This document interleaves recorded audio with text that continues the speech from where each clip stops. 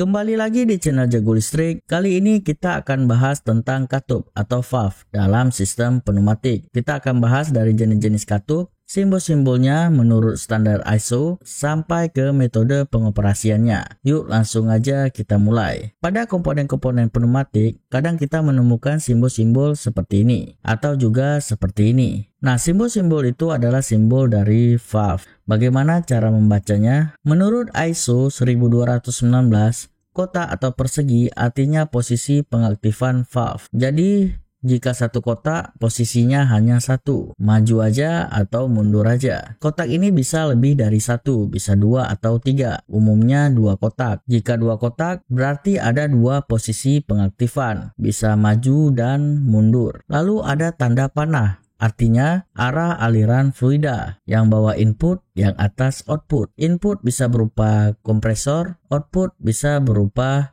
silinder, atau arah aliran fluida ke exhaust untuk pembuangan angin. Dan juga ada tanda T seperti ini, artinya aliran fluida ditutup, tidak dapat mengalirkan angin dari atas ke bawah atau sebaliknya. Lalu ada tanda garis di luar kotak, artinya terminal. Nah, terminal ini bisa dihubungkan ke kompresor, silinder, atau exhaust contohnya. Jadi valve ini ada banyak posisi dan cara pengaktifan valve-nya. Umumnya ditandai dengan istilah seperti 2/2, 3/2, 5/2, dan seterusnya. Ada yang normal terbuka atau NO, ada yang normal tertutup atau NC. Pada angka yang pertama merupakan jumlah banyaknya terminal, sedangkan angka yang kedua menandakan banyaknya posisi pengaktifan. Nah, contoh yang pertama 2/2 wave valve normally terbuka atau NO. Kalau kita lihat pada pilihan dari 6 simbol valve, 2/2 yang ini ya teman-teman. Jadi posisi pengaktifannya atau kotaknya ada dua dan terminalnya juga ada dua, 1 dan 2. Dan kondisinya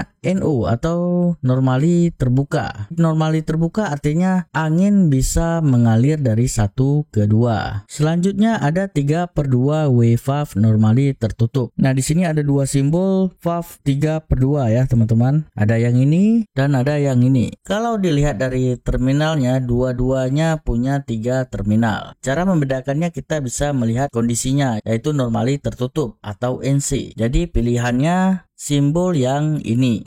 Karena normally tertutup artinya aliran dari 1 ke 2 tertutup, tidak bisa mengalir dari 1 ke 2. Dan terdapat exhaust di angka 3. Jadi pada kondisi normalnya angin mengalir dari 2 ke 3. Lalu yang normal terbukanya atau NO, yang 3/2 NO yang ini ya teman-teman. Jadi normal terbuka artinya 1 dan 2 terhubung. Angin bisa mengalir dari 1 ke 2 dan 3 tertutup. Selanjutnya ada 4/2 wave valve. Kita tinggal lihat aja jumlah terminalnya 4 dan kotaknya ada 2. Nah, yang ini ya teman-teman. Arah angin dari 1 ke 2, lalu dari 4 ke 3, dan terdapat exhaust di angka 3. Kita lanjut ke 5/2 wave valve. Ada dua simbol yang mempunyai 5 terminal, tapi kita harus lihat jumlah kotaknya atau jumlah posisi pengaktifannya. Yang dua simbol yang ini ya teman-teman, ada 5 terminal. Jadi angin mengalir dari 1